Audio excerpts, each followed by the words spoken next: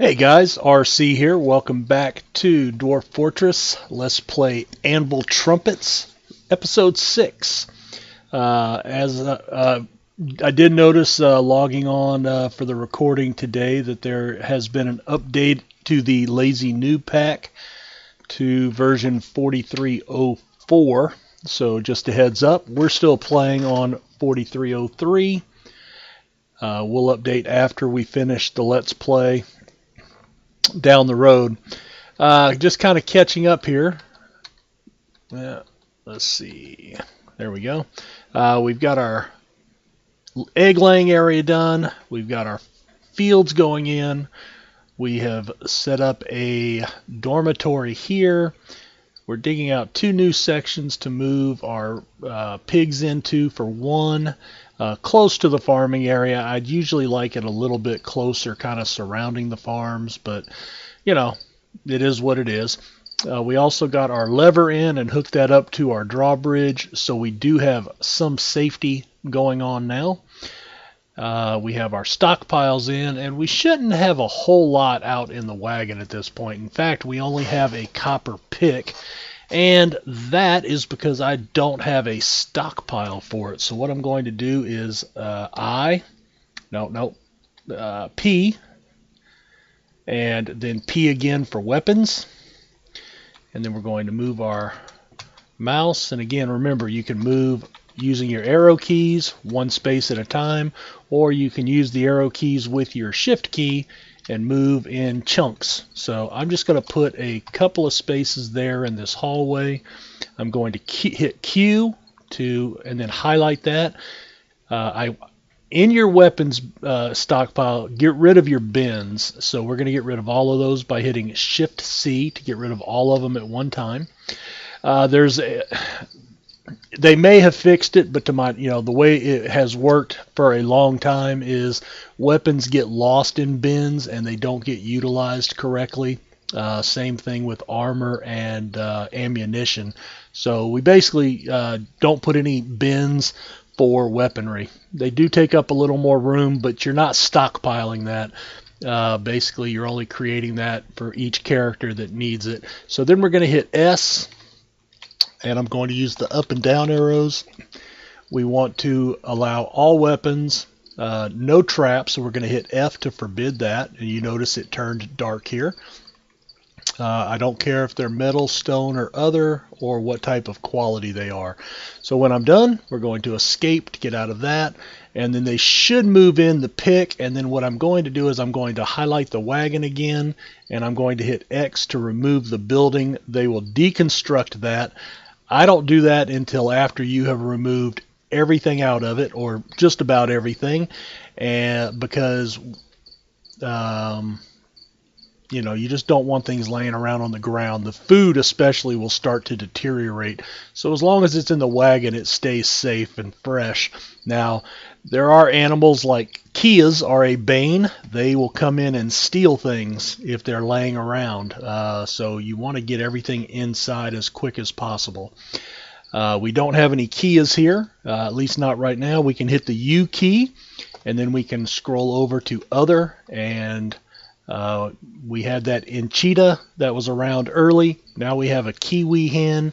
If we want, we can zoom to that unit, and we can hit the... Oh, there's our cursor there, the yellow. So there's our Kiwi right there. We don't need that right now, so we're going to just scroll back over to our entrance, and we're going to unpause the game, let them get back to it. I do want this being dug out. I am going to hit B and D for door, and then we're going to, let's see, oh, I don't have one, that's why it's in red, so I can go to Shift P for planning mode, and now I get my cursor, and I can place it there, and I'm going to place one for that room as well, escape to get back to the playing. Now what they're digging out here, you notice that every type of rock is a different color or a different tile, and these can look different based on the tile sets that you're using. I'm using the Phoebus tile set, in the Lazy New pack. But if we click on here, that's magnetite. Magnetite is an iron ore. So magnetite typically comes in large sections. So it would not surprise me if a large portion of this area over here is all magnetite. We had talked about the lignite, which is a fuel source, a coal source that you can use to run your forges. Platinum, that's always good. There's some more magnetite, some more platinum. So that's a nice vein of platinum. You can smelt that down at a smelter, and then you can craft things with it. There are some things that you'll need to research or educate yourself about, and that's the quality of the metals in the game. There are some quick reference guides that are available. I came across. Now, they were made for Dwarf Fortress 2012, version 34, and we're on version 43 now, alpha build 43.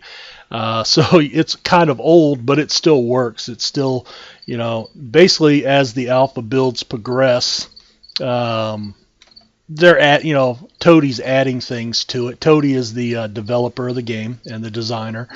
So if you ever hear anybody or see reference to Toadie, that's who they're talking about. Let's see. So we've cleared out that room. I'm going to hit I for zones. I'm going to scroll over and hit enter once. Go up to the other corner, enter again to make the whole room. Then I'm going to designate this as a pin pasture by hitting N. And then I want to set my pasture information.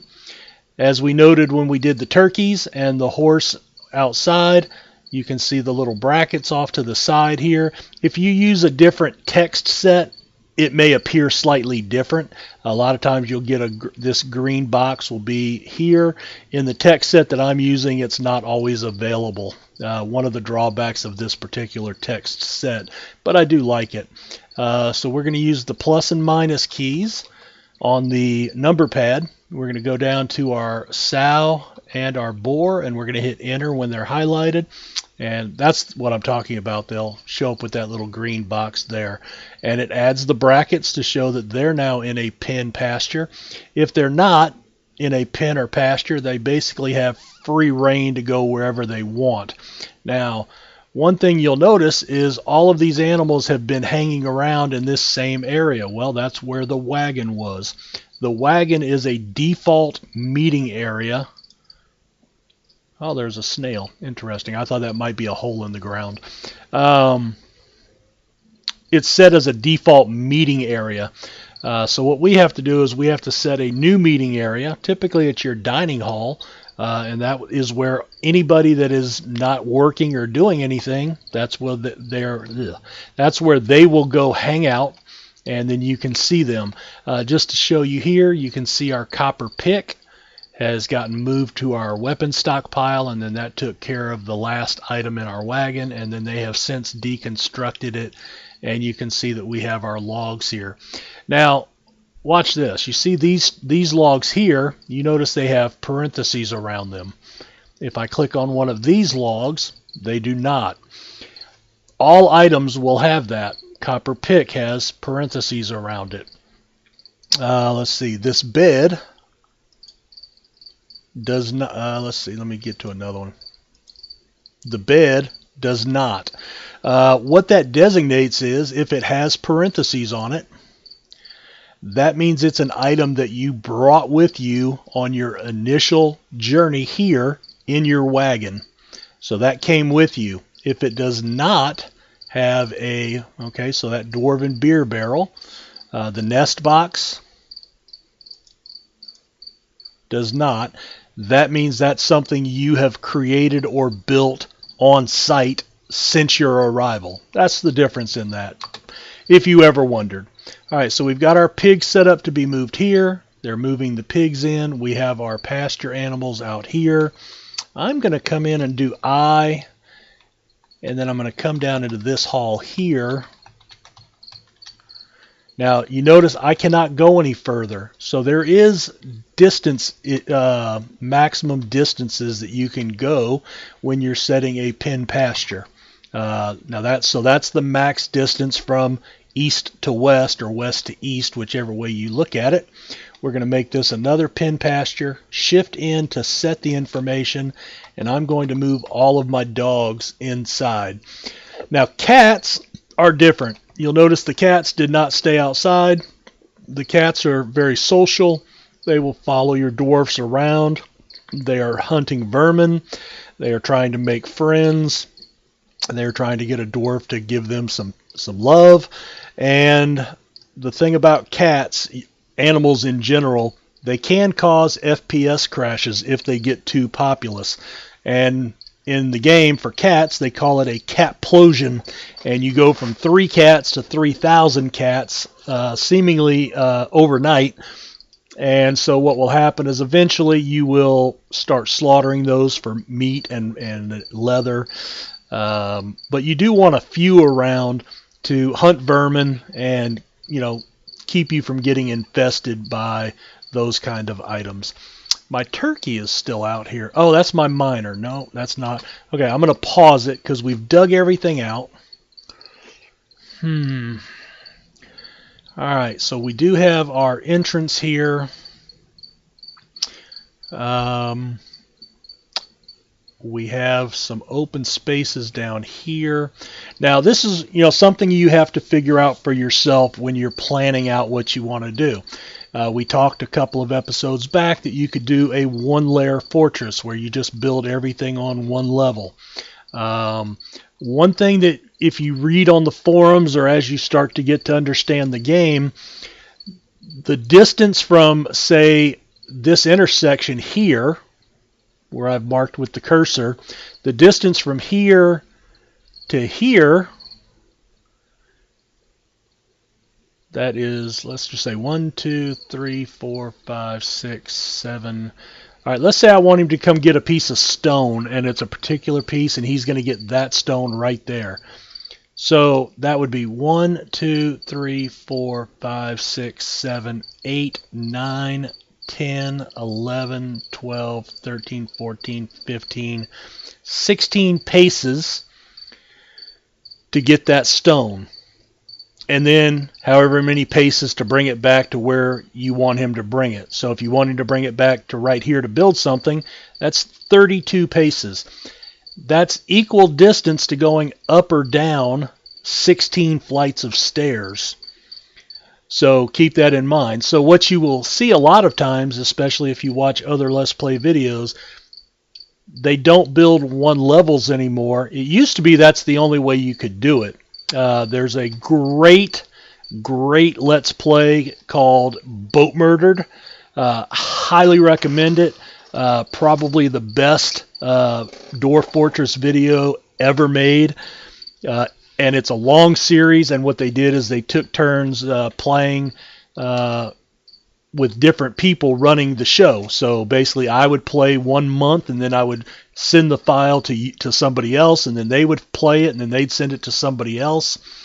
Oh, I got distracted there. We have a gray langur down here. That's a type of monkey, and they, like Kias, are notorious thieves, so they will come in and steal things. Now, luckily, everything we have is inside, with the exception of anything that we may have made outdoors, but it looks like we're actually picking that up relatively quickly.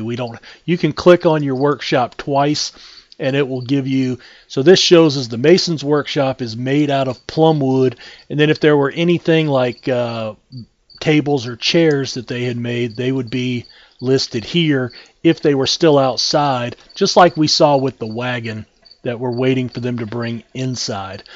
In fact, this room is relatively small, so this extra room I dug out, let's do a P and a U for furniture.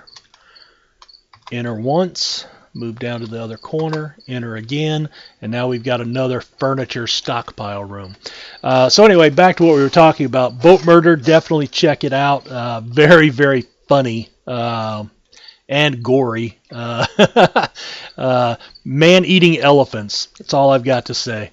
So what we need to decide now is, do we want to build on just one level? Do we want to spread out on just 2 or 3 levels to where we take up, a wide space on each floor? Or do we want to limit it more to going up and down? So we know your game will typically embark you very, very close to the center of your map. So our center is right about here, which is our, you can tell this is our meeting area because our miner has no job, and that's where he's hanging out. Oh, let's see, is he going to move him? No. Okay, so I want to just check that. The Z screen, back to health. All right, so they haven't put him in traction. They haven't immobilized it. They haven't put him on a crutch yet. Okay, let's see. SX, he can't stand. OF, he's got an overlapping fracture. That's bad. And an X is broken tissue. Oh, there's a D now. He needs diagnosis. Y is my... All right, let's go to the noble screen. All right, I've given him the position. All right, I'm going to open Dwarf Therapist now. And what I'm looking for is diagnosis. And I do have... This guy is selected. I tell you what, we're going to do surgery and setting bones. I didn't have anybody doing that, so we'll just force him into it. He won't have any skill, but he's our best guy. So when you change this in Therapist, you notice it has the plus sign. They're adding it, and then you hit Commit Changes, and now that's permanently in place. Now you can come back and remove things. You can add things. So I'm going to go back to the game now and unpause it. And let's see if that gets some action going down here. All right, there he goes. Now he's moved him into traction. All right, so that was my fault. Didn't have all the... And that's what I'm talking about, the detail-oriented in the game is putting him into the right place and having all the right things done. So I didn't have everything triggered to get him from here to here, even though I had the hardware. So let's see, if I look at him now, under wounds, all right, so his right upper leg is still there. We can go to Z, back to health. All right, now everything's changed here. All right, so the diagnosis is gone. The traction request is gone, so he's been put onto the traction table. They've immobilized him in the traction table. They still need to get him a crutch. Now you notice the arrow, that tells you there's more information. So we just keep using our right arrow to scroll. He's still standing impaired. He still has an overlapping fracture and partially broken tissue. So the doctor will now, because we've gotten him where he needs to be, the doctor should work on him. So we'll let that run. They're doing a few things outside. What I need to figure out now is I want to dig. We were talking about the center of the map. So you kind of want to stay as close to the center of the map. You don't have to, but it's something I like to do because as you dig down, you're going to want to access different ores, and moving to each edge of the map is easiest from the center rather than digging down from one, being in one corner and then trying to dig all the way to the other corners of the map. Now the problem is the center of our map is outside. Now I could have started by digging some downward stairs outside in this area here, and we could have built a wall around that and had a little exterior entrance to our fortress. I may do that at some point anyway, but now that I've dug in, that's kind of my game plan. So what I might do, I don't want to have people walking through a room, although this is just a temporary room. I have opened it up to here. So let's do this. I'm going to D and D again for mining. I'm going to open this up to 2 wide, and then I'm going to go to the other side and dig a hallway, and then I'm going to do a 3 wide hall here. Now if I shift comma, that goes up a level, and shift period goes down a level. So if I go up from that point, I end up outside. which opens another access point into the fortress. You want to avoid that. So we are going to build or dig downstairs. So we're going to hit J. And one of the things I like to do is build 3x3 staircases. So I only want downstairs here. I'm going to come back to my starting point. I'm going to hit Shift period to go down a level. Now I can either build just upstairs, or if I want to continue going down, you have to build an up-down stair, which is I. All right, so we're going to build a 3x3. Now here's what's interesting. I can hit enter, okay, like that. I'm going to hit X and take this off. I'm going to go back to I for up-down stairs. So I can set my 3x3 area. And as I just showed you, you can hit enter and do this one level, and then you can go down and do the next level. What you can also do is once you've set your start point and you know where you want to end, hit Shift period, and you can go down as many levels as you want to go, and then hit enter at that point. And look, I've set up downstairs. Now I'm going to hit Shift comma going back up. So there's 1, 2, 3, 4, 5, 6, 7, 8, 9 levels of up down stairs that I've now given access to. And you don't ever have to build an upstair if you don't want to. You can always use up downs, and that keeps you from messing up and doing anything else. And I like one straight stairwell up and down through my whole fortress if I can help it. So I'm going to unpause. They're going to start digging those. And we're going to unpause. And again, it'll start flashing when they've designated that. So one of the miners is heading over this way.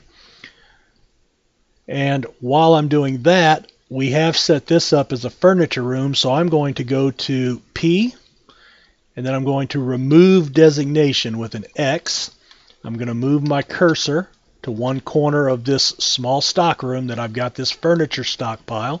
I'll hit enter, just like setting it up, except you're taking it out now. So we are removing the designation. Now I've got it. I'm going to hit enter, and you notice the little grid screen like we have here has disappeared from here.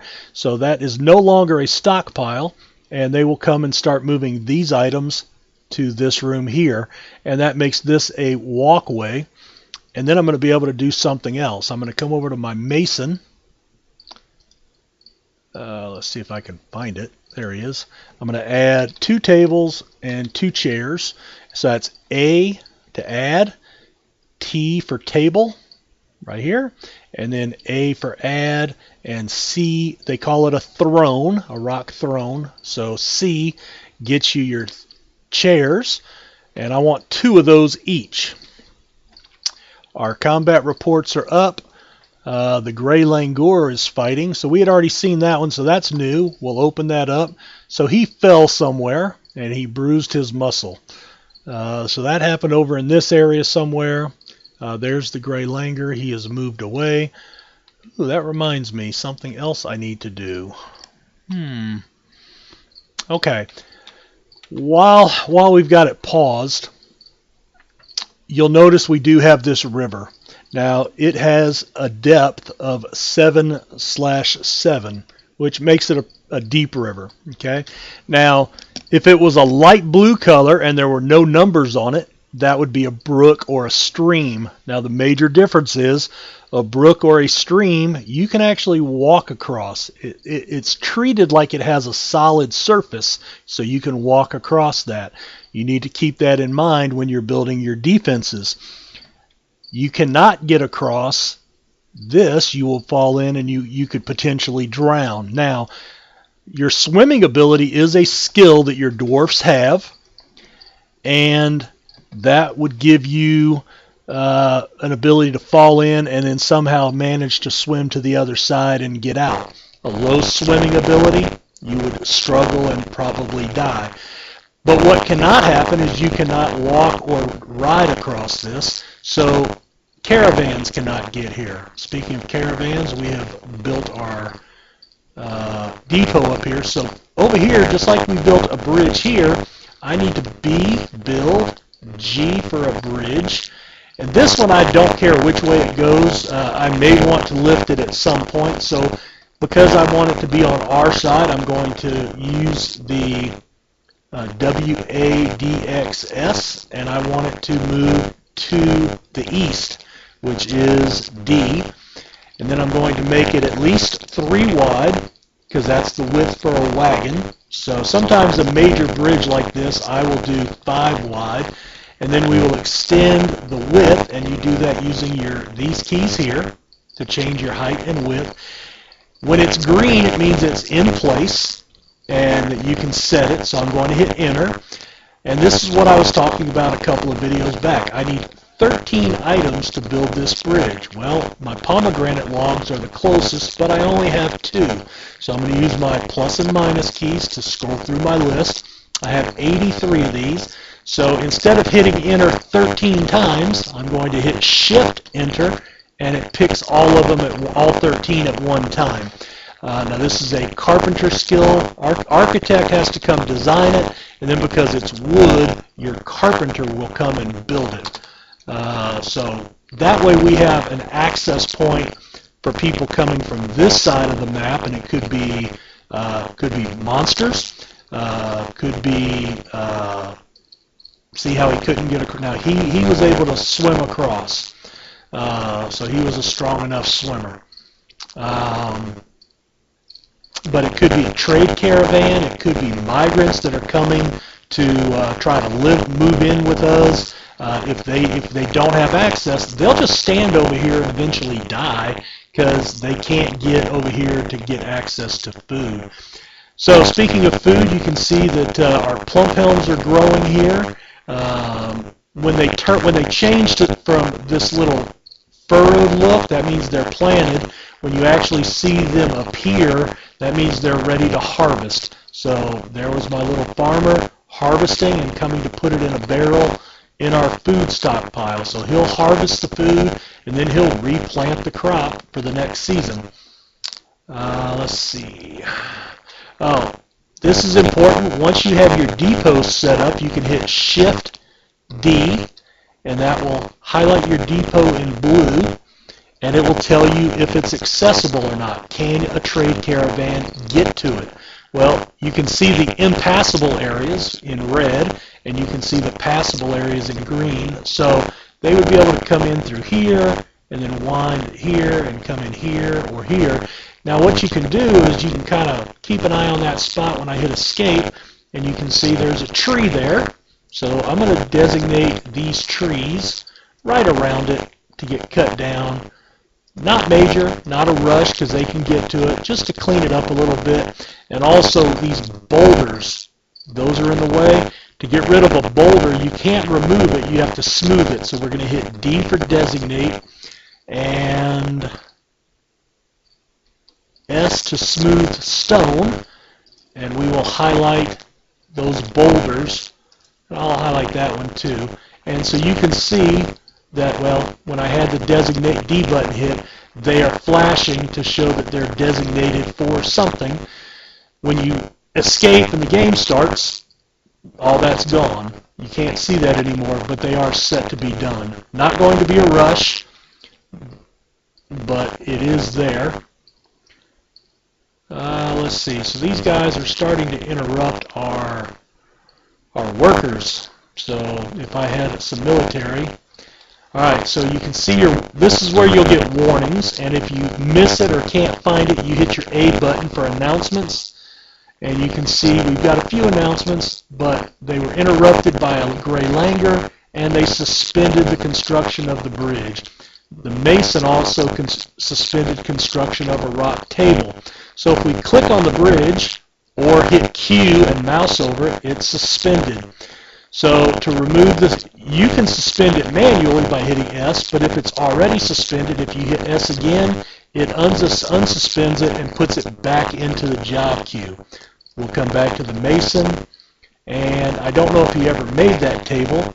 If he did, it should be, and there it is right there. So while he's doing that, I want to build that table, and I'm going to build a table right here, and we have 1, And you see I don't see any chairs, but I'm going to do a planning mode and put a chair right there.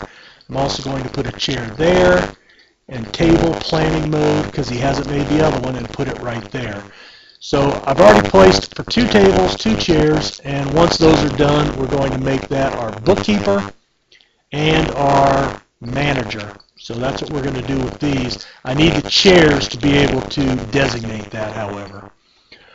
Now, our miners, if we hit U, you can see who has no jobs. It tells us we have 4 people idle. So my miners are done. So we're going to be paused. Let's go up to this stairway.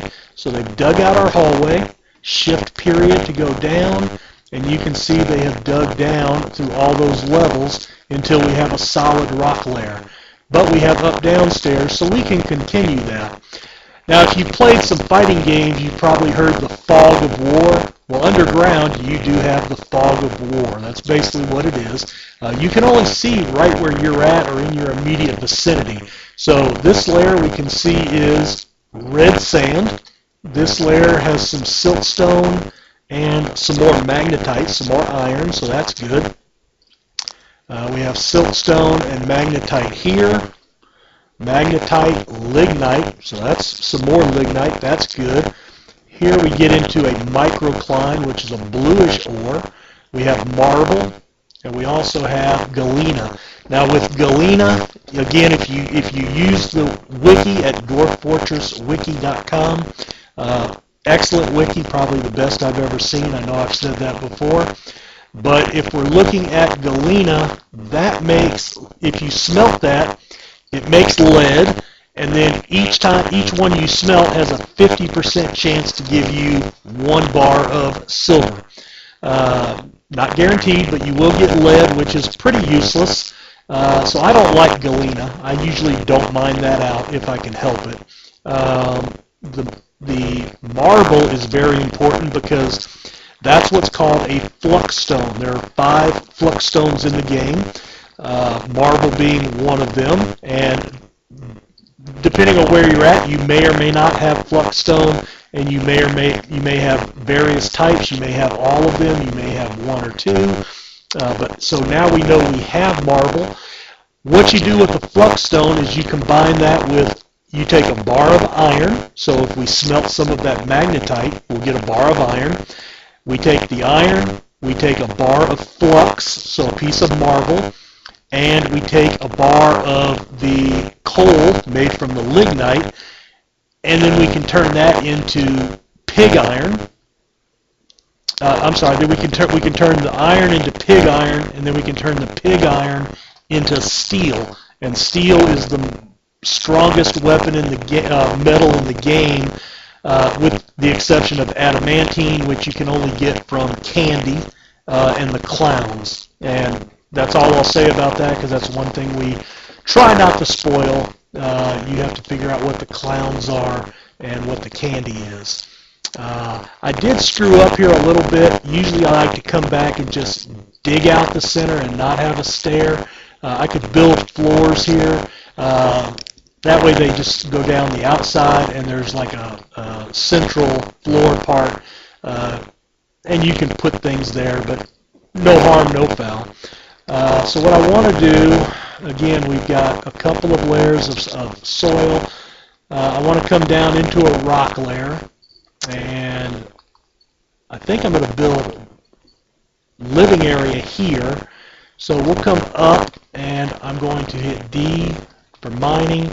When I come out of here, I like to leave one spot so I can put doors. And again, when you put doors, those can eventually be locked if you need them to buy you a few minutes, to maybe build some other defenses, because things go bad, and that's fun. And this is where your imagination comes into play. And again, I'm not the most imaginative person, so I usually just build a lot of squares. But there are a lot of geometric shapes that I've seen people do, and they are amazing. So only limit yourself to your imagination. But what I want to build in here is some 5x5 workshops. We talked about why I use 5x5, and I went too far, so we're going to remove designation by hitting X.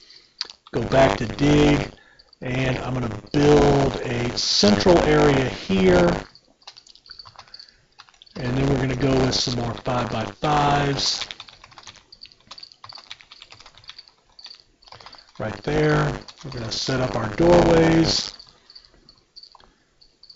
And again, I'm just using my arrow keys to move the cursor around and hitting the enter button to start it, and another enter button to end it. And basically I want all of these rooms interconnected there. And I'm using D for designate, D for mining, X for removing the designation when I had to fix that one room up here. So, this is an area, this and the build screen are really going to be your two major screens that you use most of the time. Let me check. All right, we're at 35 minutes. I've went a little long, so I do apologize. So we'll put a cut in right here, and we will see you next time. Thanks for watching.